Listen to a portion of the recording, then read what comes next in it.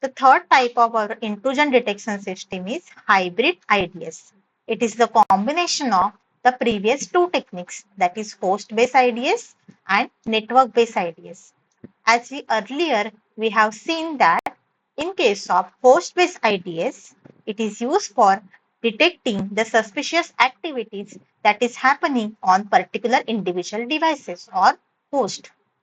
And our network-based IDS will protect the entire network. So the hybrid IDS, it is the combination of host-based IDS and network-based IDS.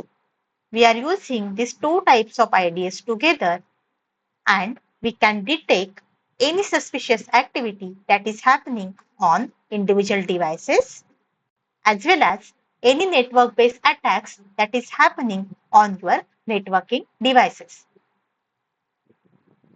Both are working together and we can protect our entire network as well as our individual computer. And that kind of hybrid IDS will be deployed on organizations' most critical servers so that we can protect our organization's information.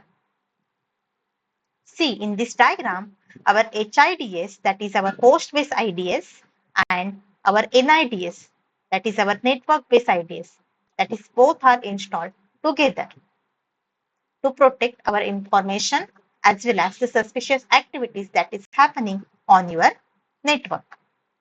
Once that activity will be detected, the Security Operations Center SOC analyst or as well as incident responder will generate the alert message and they can respond to particular activity and they can try to minimize that particular threat in that organization.